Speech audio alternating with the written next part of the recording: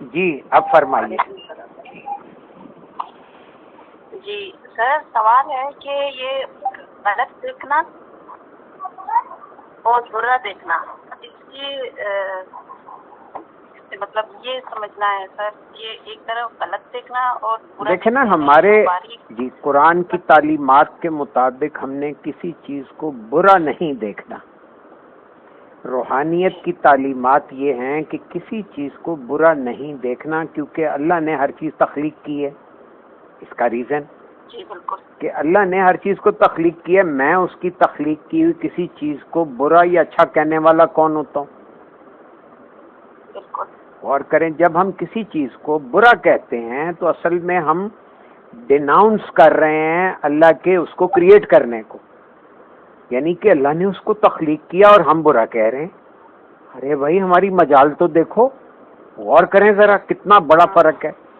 اب یہاں پہ جو اشتباہ ہوا سب کو ہوتا ہے جب ہم یہ جملہ سنتے ہیں کہ بھئی اگر ایک کام میری عقل، میری رسائی، میری فہم یا میرے معاملات سے مطابقت نہیں رکھتا تو اس کو کیا کہوں، میں اس سے کیسے بچوں؟ تو ہم نے اس کی تفریق کرنے کے لیے لفظ غلط استعمال کیا کہ جو چیز غلط ہے آپ کے سسٹم کے مطابق نہیں ہے وہ اس سے ہٹی ہوئی ہے. مثلا اب آپ کا بیٹا آتا ہے گھر میں، وہ جوتے اتارتا ہے اور وہ ایسے پھیلا کے پھینک دیتا ہے، موزے کہیں پھینک دیتا ہے. اب اس کو آپ برا کہیں گے یا غلط کہیں گے؟ آپ اس کی بنیاد پہ اس کو برا نہیں کہیں گے بلکہ اس کی اصلاح فرمائیں گے کہ بھائی یہ غلط ہے، بیٹا یہ غلط ہے، اس طرح کرنا آپ کے بکھرے ہوئے ذہن کی علامت ہے. آپ اگر اپنی چیزیں سمیٹ کے رکھیں گے تو آپ کو آپ کا ذہن بھی سمٹا رہے گا. غور کریں. کلیئر ہو گئی؟ اب دیکھیں نا، ایک بندہ مجھ سے ایک بات کہتا ہے، اب اس نے جو کہنا تھا اس نے کہہ دیا. اب میں نے حکم لگایا کہ یہ غلط بات کہہ رہے ہیں، ٹھیک ہے، میں نے حکم لگایا، اس نے تو اپنی طرف سے صحیح کہا لیکن میرے مطابق وہ بات درست نہیں ہے، ٹھیک ہے. اب میں اس بندے کو اس بات کی بنا پہ برا سمجھنے لگوں تو یہ شطنت ہوئی. میں نے اس کی بات کو سمجھا کہ یہ غلط بول رہا ہے تو غلطی کا میرے پاس کوئی حل نہیں ہے. فرض کریں ایک یہ صورت ہے کہ میرے پاس حل ہے، میں اصلاح کر دوں اس کی. یعنی فرض کریں کہ میری پوزیشن بڑا ہونے کے ناطے ایسی ہے کہ میں اس کی اصلاح کرنے کو اس کو آگے سے کہہ دوں نہیں بیٹے ایسے نہیں بولتے. لیکن فرض کریں کہ وہ میرا ہم عمر ہے یا مجھ سے بڑا ہے. اب اس نے ایک بات کہی جو مجھے ناگوار گزری، میرے نزدیک وہ غلط ہے، تو میں کیا کروں گا؟ خاموش ہو جاؤں گا، اس کو درگزر کر دوں گا، اس کا اثر نہیں لوں گا اور دل میں یہ جان لوں گا کہ یہ غلط ہے. ٹھیک ہے، اس بندے کو برا سمجھنے کے بجائے میں نے صرف یہی دیکھا کہ بھی اس نے یہ غلط بات کی، بات ختم. یہ ہے فقیرانہ اپروچ. فقیری میں آپ کو چیزوں کو برا نہیں دیکھنا. اگر غلط کہہ رہا ہے تو یا تو غلطی کی اصلاح کر دو یا چپ کر کے اس کے ساتھ گزارا کر لو. لیکن بندے کو برا دیکھنا، اس کی اجازت قرآن نہیں دیتا. ٹھیک ہو گیا؟ اب یہ جو ہم غیبت کرتے ہیں، جب ہم کہیں بیٹھتے ہیں تو دوسرے جو بھی غیر حاضر ہو اس کے خلاف اکثر لوگ نیگیٹو بات کہتے ہیں، نیگیٹو بات کی کمزوری یا اس کی شارٹ کمنگ یا اس کی ویکنس، اس کا تذکرہ کر کے اس کو برا کہتے ہیں.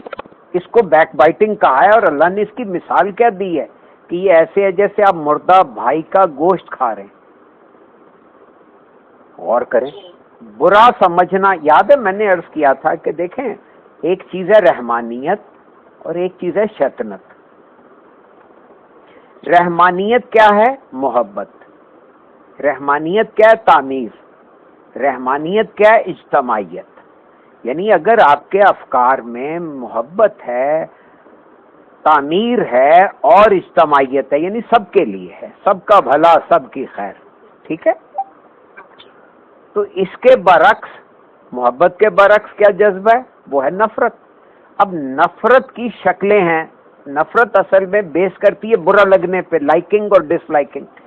محبت اصل میں لائکنگ کو کہتے ہیں، اور ڈس لائکنگ کو برا کہنا کہتے ہیں. نفرت اسی پہ بنتی ہے، حسد، بغض، کینہ، یہ ساری پھر آگے اس کی جڑیں یا اس کی تناور درخت والی شکلیں ہیں. ٹھیک ہو گیا نا؟ اب واضح ہو گیا کہ برائی بالکل واضح ہو گیا. اور غلطی میں کیا فرق ہے. جی سر یہ جو آپ مطلب آپ اپنی طرف سے آپ کی نیت میں ہوتی ہے کہ آپ روحانیت کے حوالے سے یعنی اللہ کے ڈوز اینڈ ڈونٹس میں سوچ کے سمجھ کے آپ جو کوئی کام کرتے ہو، اب اللہ والا اس کو یعنی اس سے اگری نہیں ہے یا پھر وہ اس کو مطلب اس کے خلاف. جی ہاں، تو اسی لیے قرآن میں یہ 2 آیتیں میں نے عرض کی تھیں، وَتُؤْثِرُونَ الْحَيَاةَ الدُّنْيَا وَأَثَرَ الْحَيَاةُ الدُّنْيَا. دیکھیں نا، آپ اپنے ذہن کے مطابق چلیں گے، آپ نے اللہ کے ذہن کے مطابق چلنے کی کوشش کرنی ہے، اپنے ذہن کو اللہ کے تابع کر کے چلنا ہے. اب دوسرے کو نہیں پسند تو وہ تو حضور علیہ الصلوۃ والسلام کو بھی بہت سارے لوگوں نے پسند نہیں کیا. غور کریں، ان کے خلاف جنگیں ہونا کیا بات تھی، لیکن یہ کہ ہم نے اس کا اثر نہیں لینا. ان کے دیکھیں نا، پہلے تو آپ نے اپنے ذہن میں واضح کر لیا کہ میں غلط ہوں تو آپ نے سوری کہہ دیا. اگر آپ سے غلطی ہو جائے تو آپ سوری بول دیں، لیکن اگر وہ اگلا سمجھ رہا ہے کہ آپ برے ہیں تو آپ ہٹ جائیں، اسے کہیں بھائی ہم جیسے ہیں ویسے ہی اچھے ہیں. ٹھیک ہے؟ اگر آپ تولیں کہ بھائی واقعی کہیں یہ مجھ میں برائی ہے تو میں اس کی اصلاح کروں، اس کا آپ شکر گزار ہو جائیں کہ اس نے آپ کو متوجہ کر دیا. لیکن اگر وہ غلط ہے یعنی کہ وہ آپ کو برا کہنے میں غلطی کر رہا ہے کس چیز کی، آپ کو برا کہہ رہا ہے، کیا کریں گے؟ آپ اس کی اصلاح نہیں کر سکتے. ٹھیک ہے، کیا کریں گے؟ تو سرون الحیات الدنیا، یا تو اس کا اثر لیں گے اور جہنم رسید ہوں گے، اپنا خون جلائیں گے نا. آپ کہیں بھاڑ میں جا بجائے میں جہنم میں جاؤں تو جا وہاں. کلیئر ہو گیا؟ یہ ایٹیچیوڈ یہ سارا ایٹیچیوڈ کو ڈیل کرتا ہے. جی اور کیا؟ جی ایک اور سوال ہے، یہ جو فرمایا جا رہا ہے کہ ساس عورت کا بھیانک روپ ہے، یہ ابا نے لفظ کہا تھا. جی ہاں، یہ حضور مرشد کریم نے کہا تھا کہ عورت کے جتنے بھی روپ ہیں، دیکھیں نا، بیٹی ہے، بہن ہے، پھر وہ بیوی بنتی ہے، پھر وہ ماں بنتی ہے، پھر وہ دادی بنتی ہے، نانی بنتی ہے، وغیرہ وغیرہ، جتنے بھی، کہیں چاچی ہے، کہیں تائی ہے، کہیں مامی ہے، کہیں نہ مطلب بہو ہے، وغیرہ وغیرہ، جتنے بھی رشتے ہیں ان میں ایک رشتہ اس کا ساس کا روپ ہے. اب ساس کا روپ جو ہے وہ عورت کا جتنے بھی روپ ہیں ان میں سب سے برا روپ ہے.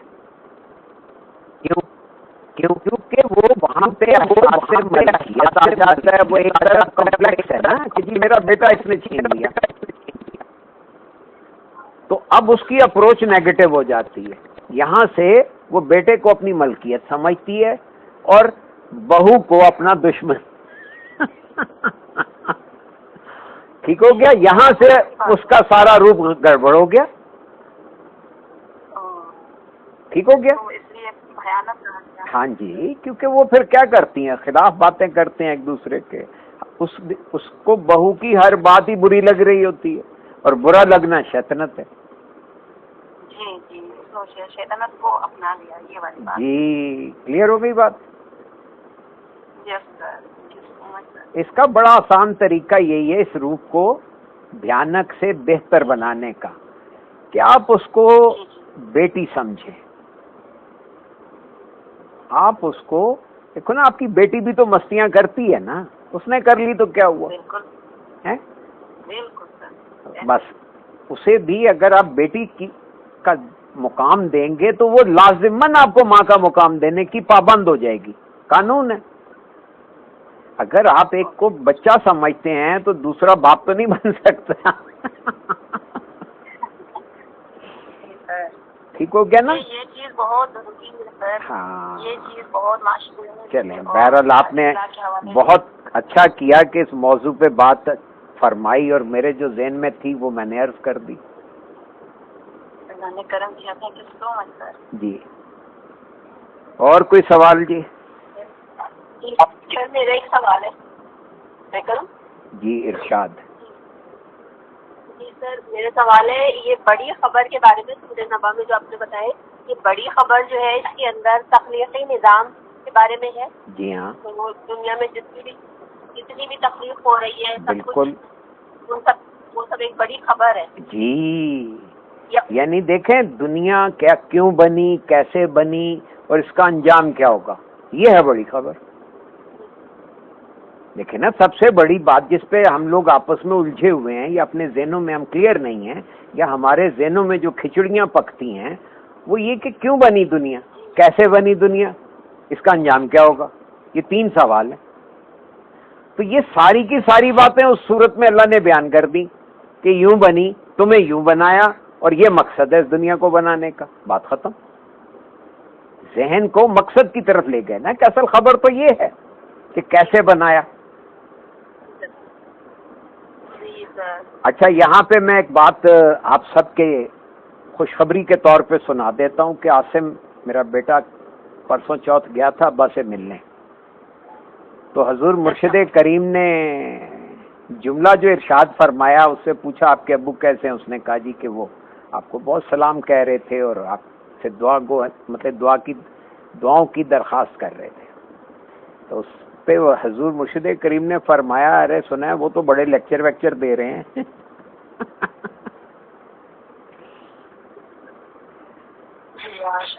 تو انہوں نے پھر باقاعدہ اس سے ڈیٹیلز چاہیں کہ وہ کیسے کرتے ہیں، کیا کرتے ہیں. اس نے بتایا تقریباً اتنے لوگ ہوتے ہیں ایک سیشن میں. تو انہوں نے کہا بٹھاتے کہاں ہیں، انہوں نے کہا جی وہ اپنے اپنے گھروں میں بیٹھ کے فون پہ بات کرتے ہیں، وہ ایک ہی گروپ بن جاتا ہے اس میں وہ. تو حضور مرشد کریم کو یہ سن کے بہت اچھا لگا اور انہوں نے بہت تعریف کی اور پھر پوچھا کہ کیا وہ یہ مستقل بنیادوں پہ کر رہے ہیں یا صرف ایسے وقتی طور پہ شغل میلہ لگایا ہوا ہے. یہ شغل میلے کا لفظ میں بول رہا ہوں، انہوں نے نہیں کہا. انہوں نے صرف اتنا فرمایا کہ کیا وہ یہ مستقل بنیادوں پہ کر رہے ہیں. تو اس نے کہا جی جب تک چلتا ہے وہ چلاتے ہیں، باقی مستقل کیا ہوتا ہے. اس نے جی ہاں کہہ دیا، یہ آپ سب کے لیے بہت بڑی، میرے لیے بڑی سعادت ہے کہ حضور مرشد کریم نے ہماری اس کاوش کو اس طرح پسند فرمایا. سب سے پہلے تو آپ ماشاءاللہ سب خود پسند فرما رہے ہیں، تبھی تو آپ یہاں پہ حاضر ہیں. کیوں جی؟ اگر برا لگے گا تو آپ کیوں رکیں گے؟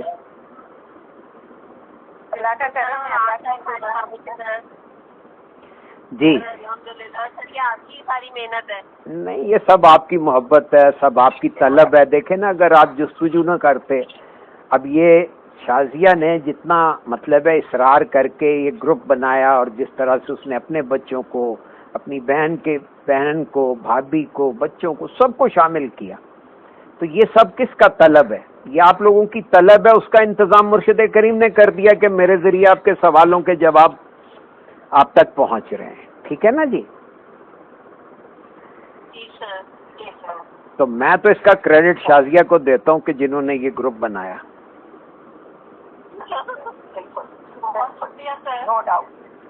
دیکھیں نا میں نے ایک بات کی، آپ سب اس کی تصدیق کر رہے ہیں.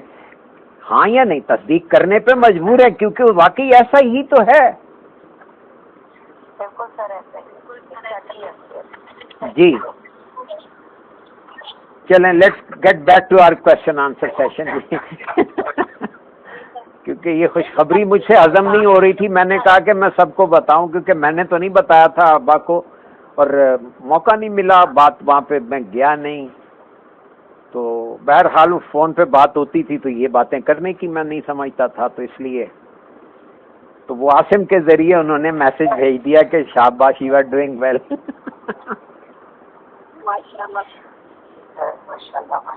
اس میں آپ کو ایک اور خبر بھی سنا چھوڑوں تاکہ سند رہے.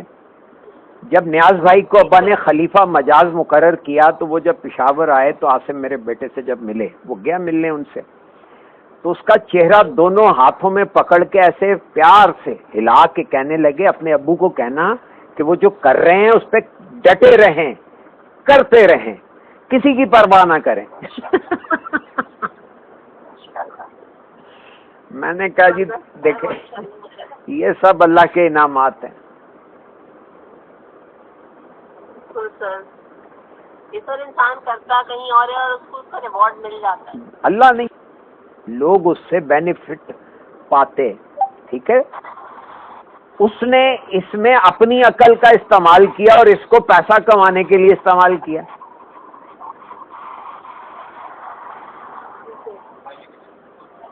اب پیسہ چونکہ ساتھ نہیں جانا, اس نے اپنا اجر پیسے کی صورت میں لے لیا, وہ اس نے ساتھ نہیں جانا, تو کون خسارے میں ہوا؟ وہ جس سے پیسے کو غور و فکر کے بعد اس کو پیسے نے اٹریکٹ کر لیا, اس کا سارا غور و فکر بجائے اس کے کہ وہ اس طرف مزید غور کرتا کہ میرے اندر یہ صلاحیت کہاں سے آ گئی, میرے اندر یہ قابلیت کہاں سے آ گئی, مجھے یہ عطا کس نے کی. اب دیکھیں نا, فقیری میں حضور مرشد کریم کا ارشاد ہے کہ اللہ کی بخشی ہوئی صلاحیتوں کو آپ اپنی صلاحیتیں نہ سمجھیں, ان کا بھرپور استعمال کریں اور یہ سمجھیں کہ یہ بھیک میں ملی ہوئی صلاحیتیں. غور کریں, یہ ہے طرز فکر. استعمال کرنا ضروری ہے. ہم کیا کرتے ہیں, او جی بس نہیں, یہ تو وہ پیسہ کما رہے, ہم پیسہ بھی نہیں کماتے, چلے چھوڑ دیں. ارے بھائی, آپ کو ایجاد کرنے سے کس نے منع کیے؟ آپ کے اندر ضرور ایجاد کریں, لیکن ہائر پیڈسٹل پہ جا کر آپ اس لیے ایجاد کریں کہ جی مجھے پیسے ملیں اس کے, یا اس لیے استعمال کریں کہ بھی اللہ کی مخلوق کا فائدہ ہو جائے. غور کریں, پھر دونوں ذرا سا فرق ہے. پیسے تو آپ کو ہر دو صورتوں میں ملنے ہیں, پیسے تو آپ کو ہر دو صورتوں میں ملنے ہیں, آپ بھلے کوئی تخلیق کریں یا نہ کریں. ملتے ہیں کہ نہیں ملتے؟ سب کو مل رہے ہیں کہ نہیں مل رہے؟ آپ غور کریں, آپ نے عید کا دن کسی غریب سے غریب بچے کی جیب میں ہاتھ ڈال کے دیکھیں, پیسے ہوں گے اس میں. کیا مطلب ہوا؟ تو یہ پیسہ کا نظام جو ہے, اس کو اہمیت دینا غلط ہے. اس کو ضرورت کی چیز سمجھ کر برتنا ضروری ہے. بس آپ اسے برتیں, لیکن کیا کہ دوسرے کا حق غصب کر کے برت رہے ہیں. کیوں کہ لالچ بڑھ گیا پیسے کا ہے.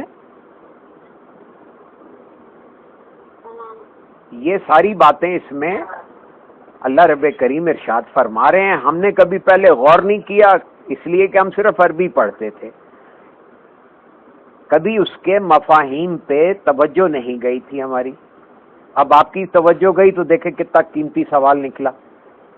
ٹھیک ہے نا, جب غور کریں گے تو غور و فکر کیا ہے؟ سوال آنا. ذہن میں سوال آنا جو ہے یہ غور و فکر ہے. یہ ہم سب کیا کر رہے ہیں, آپ سوال کرتے ہیں, میرے ذہن کی مشین کام کرتی ہے, اللہ اس میں ڈال دیتا ہے, جو باتیں ڈالتا ہے میں پیش کر دیتا ہوں.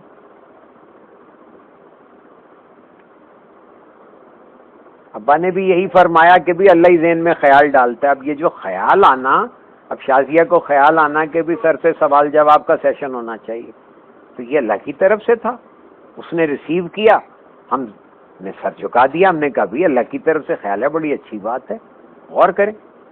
اسی طرح سب کو چاہیے کہ جو اللہ کی طرف سے خیال آ رہا ہے اس کو اسیس کریں کہ یہ اللہ کا ہے, یہ میرے نفس کا ہے, یا میرے ماحول سے آئی ہوئی اطلاع ہے, یا حضرت شیطان کی پھونک مار رہا ہے.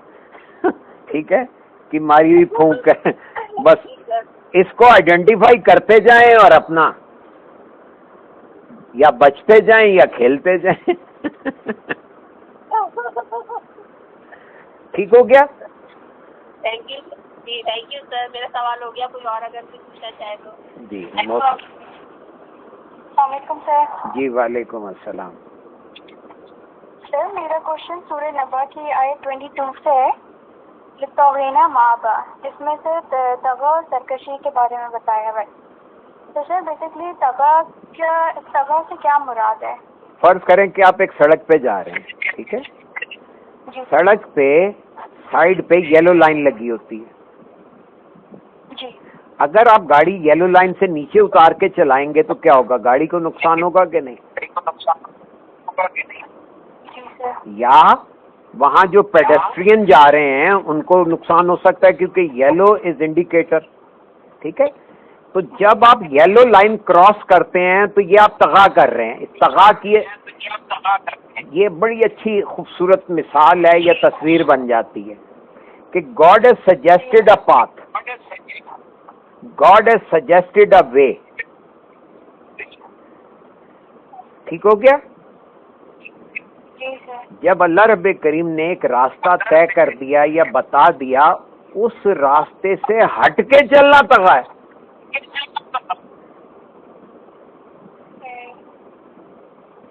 لے تاغینا مابا، مابا میں نے وہ رہیں گے، وہ پھر وہیں رہیں گے. اس کی مثال ہے، اب ایک پیسج ہے، اس کے دونوں طرف دلدل ہے. ان کانت جہنما مرصادا، اس سے پہلے یا بعد میں، ٹھیک ہے نا، کہ جہنم ان کی یعنی کہ یہ راستے کے دونوں طرف دلدل کی طرف انڈیکیشن ہے کہ اگر آپ یہ یلو لائن کراس کر کے دلدل میں اتریں گے تو آپ نے تغا کیا.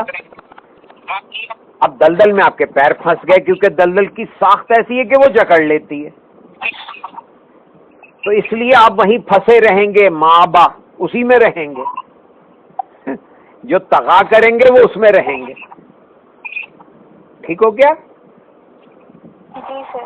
یعنی جہنم جو ہے اللہ کے بتائے ہوئے راستے کے دونوں طرف کا علاقہ جو ہے وہ سب جہنم ہے. یعنی اگر آپ اللہ کے کہے کے خلاف چلیں گے تو آپ تغا کر رہے ہیں اور نتیجہ وہ دلدل میں پھنس رہے ہیں، جہنم میں پھنس رہے ہیں. ٹھیک ہو گیا؟ جی sir. Thank you. Most welcome. Sir میرا آپ سے ایک سوال ہے.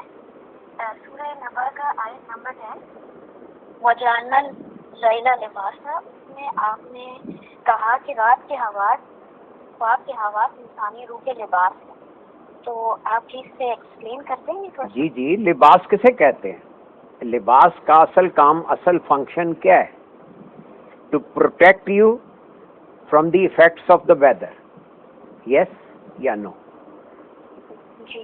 یعنی ایک تو اس نے آپ کو موسمی اثرات سے بچانا ہے، دوسرے آپ زینت کے لیے پہنتے ہیں. لباس کو ڈیفائن کریں نا. جی. یعنی کہ لباس کیا ہوتا ہے؟ کورنگ ہوتی ہے. لباس ایک کورنگ ہے، ایک اوٹ ہے، ایک کیا کہتے ہیں آڑ ہے، ایک پردہ ہے. ٹھیک ہے؟ جی. جو آپ کو بچاتا ہے کس چیز سے؟ یا آپ کو زینت دیتا ہے. اب آپ غور کریں، دوبارہ پڑھیں یہ آیت کے الفاظ، وَجَعَلْنَا اللیل لباسا، یا سوری نہار لباس. کیا ہے؟ وجعلنا اللیل لیل لباس.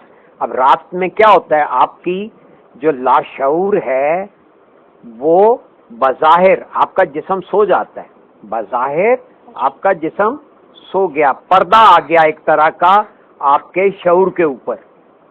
کیا آ گیا؟ پردہ. کس وجہ سے؟ رات کے حواس کی وجہ سے شعور پہ پردہ آ گیا. رات کے حواس کی وجہ سے آپ کے اوپر، آپ کے شعور کے اوپر ایک پردہ آ گیا. شعوری دنیا سے آپ کٹ گئے. ہاں یا نہیں؟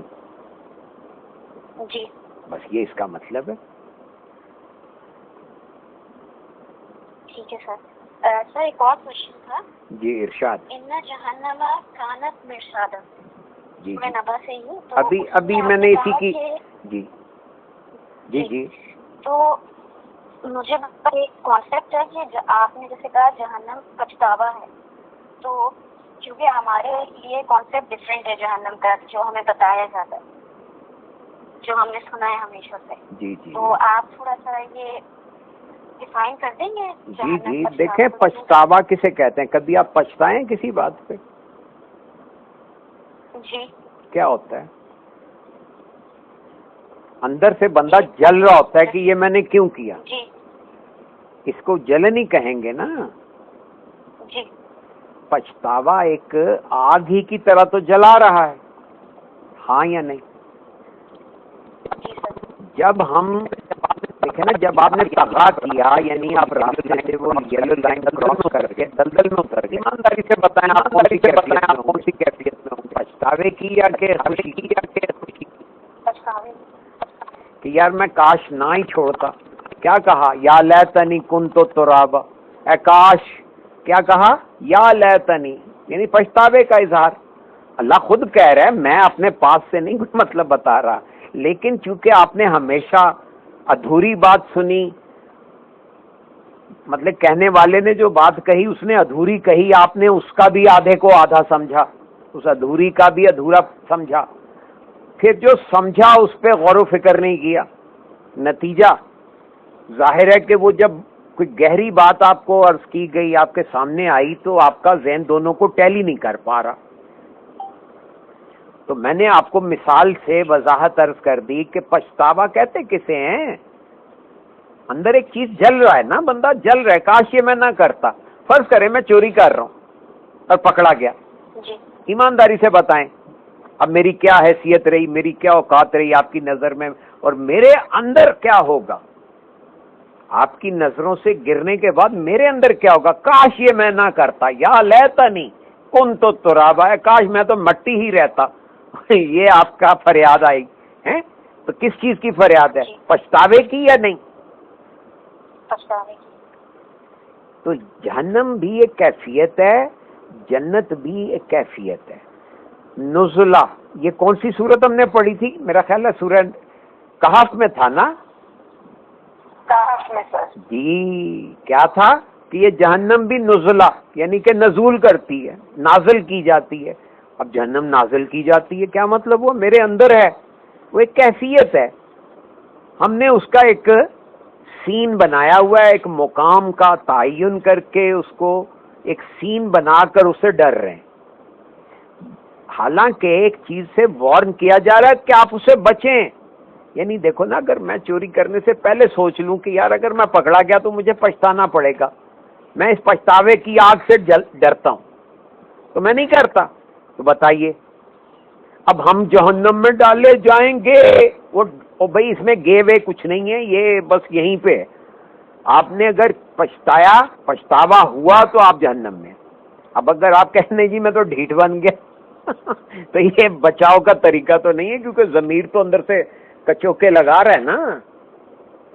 جی یہ سوچنا کہ جی اگر بندہ جیسے ہمارے ہاں میرے جیسا ٹیڑھا سوچنے والا بندہ جو ہے، تنقیدی انداز نظر رکھنے والا، یا وہ کہتا ہے جی اگر کوئی بندہ نہ محسوس کرے کہ پکڑا گیا تو کیا ہوا، یہ تو ہوتا ہے کام، ایسے کاموں میں اس طرح تو ہوتا ہے، اس طرح کے کاموں میں میں یوں سوچ کے تو کہوں کہ نہیں میں کیوں پچھتاؤں. نہیں نہیں نہیں نہیں نہیں، یہاں پہ کہانی یہ ہے کہ آپ کا ضمیر ہے، اور ضمیر جو ہے وہ آپ کو کچوکے لگاتا ہے کہ یہ تم نے غلط کیا، وہ احساس دلاتا ہے. یہ مرنے کے بعد یہ کیفیت واضح ہو جاتی ہے، بس اتنا سا فرق ہے. تو دنیا میں زندگی میں واضح کر لو، بچت ہو جائے گی. جی سر. بس ٹھیک ہو گیا. جی thank you so much sir. Take a good care. Thank you. جی جناب.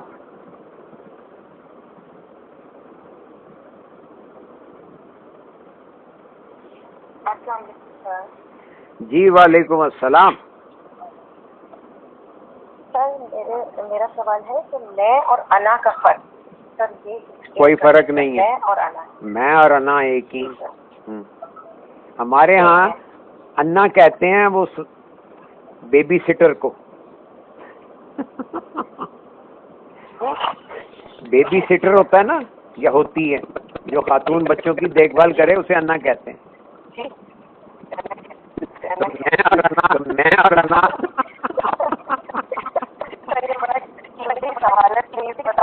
میں عرض کر رہا ہوں کوئی فرق نہیں.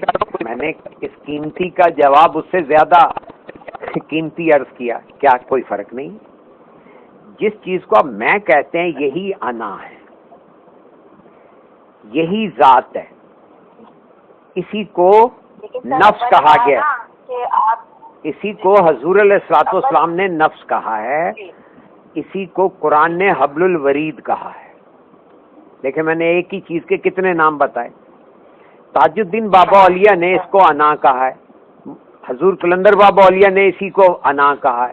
انا کی لہریں، انا کی لہریں. انا سے مراد ہے میں. اقبال نے اسی کو خود ہی کہا ہے. غور کریں, ایک ہی چیز کے لاشمار نام رکھ دیے.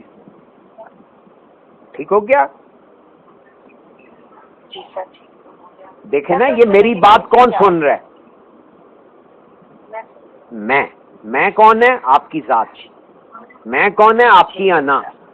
آپ کی انا میری انا کی لہریں وصول کر رہی ہے. اب لہریں, غور کریں, یہ میری آواز کیا ہے؟ میری انا کی لہریں ہیں, جو کہ اس نے جسم کو استعمال کر کے نکالی.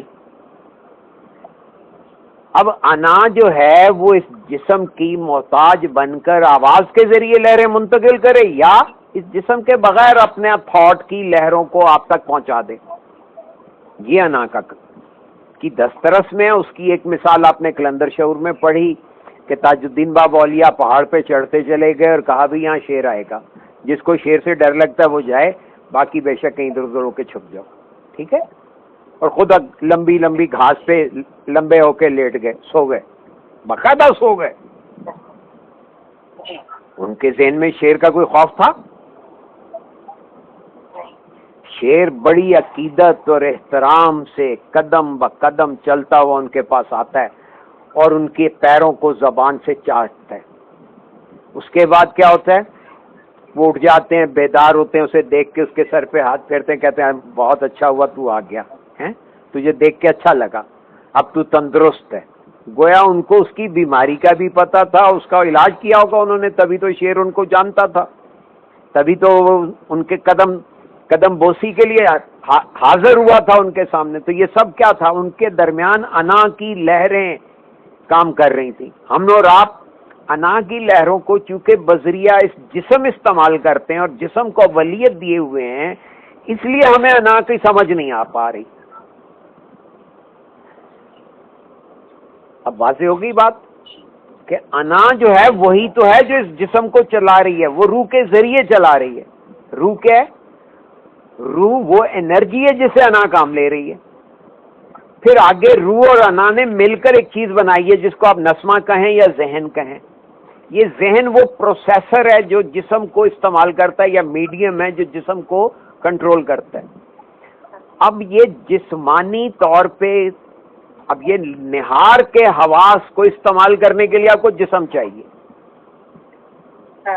یہ نہار کے حواس یعنی دن کے حواس کو استعمال کرنے کے لیے جو چیز درکار ہے وہ جسم اور جسمانی خد و خال اور ان کی حسیات, یعنی حسیات کا جسمانی لیول درکار ہے نہار میں. رات میں کیا ہوتا ہے, لیل میں کیا ہوتا ہے کہ پردہ پڑ جاتا ہے, جسم سو جاتا ہے اور آپ کو وہ حواس کی رفتار بڑھ جاتی ہے, یعنی آپ کی انا کی زینت بڑھ گئی. کیونکہ وہ برتر حواس سے آراستہ ہو کے کھیلتی ہے نا. اب ہم شعوری طور پہ اس علم سے یا عالم سے آشنا نہیں ہیں. کیوں؟ متوجہ نہیں تھے, اب متوجہ ہو گئے تو آپ آشنا ہو رہے ہیں. اب جیسے بچہ ایک ہی دن میں تو پیدا ہوتے ہی تو نہیں اماں یا ابا اور چاچا یہ تو نہیں کرتا, وہ سالوں لگتے ہیں اس کو, جا کے وہ آہستہ آہستہ سمجھنا شروع کرتا ہے کہ یہ کون ہے.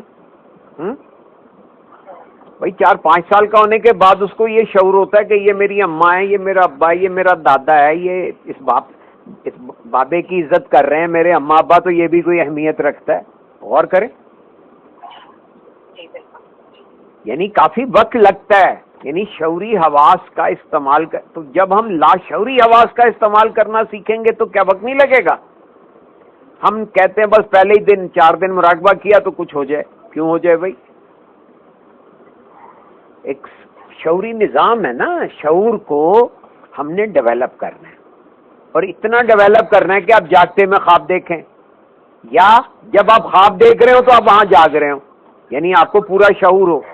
میں نے کیا کہا تھا, 3 لفظ استعمال کیے تھے کہ جب آپ ارادی, اختیاری اور شعوری طور پہ خواب دیکھنا سیکھتے ہیں تو گویا آپ لیل کے حواس کا استعمال کرنا سیکھ رہے ہیں. یاد کریں, یہی بات عرض کی تھی نا, 3 چیزیں, 3 کمپوننٹس ہیں. کیا؟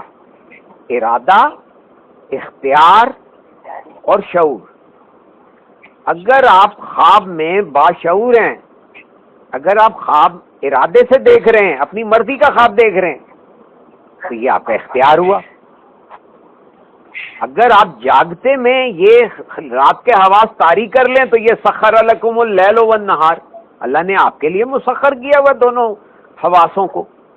آپ چاہے تو دن کے حواس کو طاری کیے رکھیں، چاہیں تو اپنا رات کے حواس طاری کر لیں، چاہے تو سورج یعنی کہ روح اعظم کے درجے پہ پہنچ جائیں، چاہے تو قمر یعنی کہ روح انسانی کے درجے یا اس سے نیچے پھر نجم یا کوکب جو ہے یہ روح حیوانی کے درجے پہ کھیلیں. یہ سب آپ کی چوائس پہ چھوڑا ہے. جو کچھ ہم اپنی چوائس سے کرتے ہیں اس کا ریکارڈ جو ہے پھر وہ کتاب المبین، کتاب المرقوم بن جاتا ہے. اور کتاب المرقوم کا نتیجہ یا پچھتاوا ہے تو یا خوشی ہے. یا آپ خوش ہوتے ہیں کہ یار میں نے کیسا خوبصورت کھیلا ہے. دیکھیں نا، ایک بندہ کرکٹ کھیلنے میدان میں اترتا ہے، کیا ہوتا ہے؟ یا وہ برا کھیلتا ہے یا اچھا کھیلتا ہے. برا کھیلتا ہے تو پچھتاتا ہے، اچھا کھیلتا ہے تو خوش ہوتا ہے. اسی طرح ہمیں دنیا میں بھیجا، ہم نے اللہ کی دی ہوئی صلاحیتوں کو اچھی طرح استعمال کیا یا استعمال نہیں کیا اور پچھتایا، یا بری طرح استعمال کیا اور پچھتایا. واضح ہوگی بات؟ یہ سارا کھیل کھلواڑ آپ کی انا کا ہے. انا کا کام ہے، انا چاہتی ہے کہ وہ خود سے آشنا ہو. من عرف نفسہ، اس میں حضور علیہ الصلوۃ والسلام نے نفس جس چیز کو کہا اسی کو ذات کہا ہے، اسی کو انا کہا ہے. قرآن نے اسی چیز کو حبل الورید کہا ہے. دیکھیں کتنا وضاحت ہو گئی ساری چیزوں کی، سب ایک جگہ کوزے میں بند ہو گئی. Stay blessed.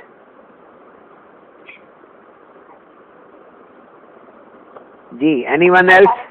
جی وعلیکم السلام. سر یہ میرے دو کوشچنز ہیں. پہلا تو قبلہ درست کرنے سے کیا مراد ہے؟ پہلے اسی کا جواب سن لیجئے. جی ضرور. اپنی سوچوں کی ڈائریکشن. اپنی سوچوں کی ڈائریکشن. آپ کی سوچوں کی ڈائریکشن کا نام ہے قبلہ. مادی زون میں شریعت ہم نے خانہ کعبہ کو اپنی سوچوں کا مرکز اور محور بنایا، اس لیے وہ قبلہ ہے. خانہ کعبہ سے پیشتر مسجد اقصی کا قبلہ تھا. یعنی آپ کی سوچوں کا مرکز اور محور، یعنی ڈائریکٹڈ کدھر ہے. کہتے ہیں نا اپنا قبلہ درست کرو، تو قبلہ درست کرنے سے مراد ہے اپنی سوچوں کا ڈائریکشن یا ان کا ٹارگٹ جو ہے اس کو درست کر لو. جی اگلا سوال فرمائیے. بالکل صحیح. سر دوسرا کوشچن جو تھا وہ میرا ابا کی ایک تحریر میں نے پڑھا تھا کہ ابا نے فرمایا کہ جب میں نے غور و فکر کیا تو میں نے اللہ رب کریم سے دعا کی کہ مجھے خود مختاری سے نجات دے دیں. اس سے کیا مراد ہوئی؟ اور باقی میرے مراد میں بھی سر 266 پیج پہ تھا کہ جو دوسروں سے اپنی بات منواتے ہیں وہ انڈیپینڈنٹ ہوتے ہیں اور جو دوسروں کی بات مانتے ہیں وہ ڈیپینڈنٹ ہوتے ہیں. انڈیپینڈنٹ آدمی جب چاہے کسی کو چھوڑ سکتا ہے. جی سر یہ دونوں باتیں بظاہر ٹکرا رہی ہیں. جی جی میں عرض کر دیتا ہوں. جی سر.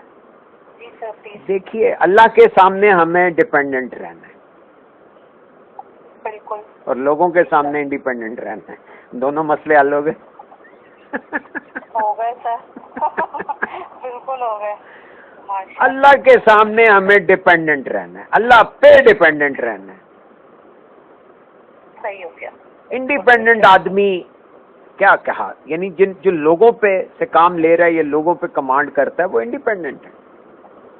ہمیں لوگوں کے سامنے ان کی ڈیپینڈنسی نہیں رکھنی، ان کے سامنے ہمیں انڈیپینڈنٹ رہنا ہے.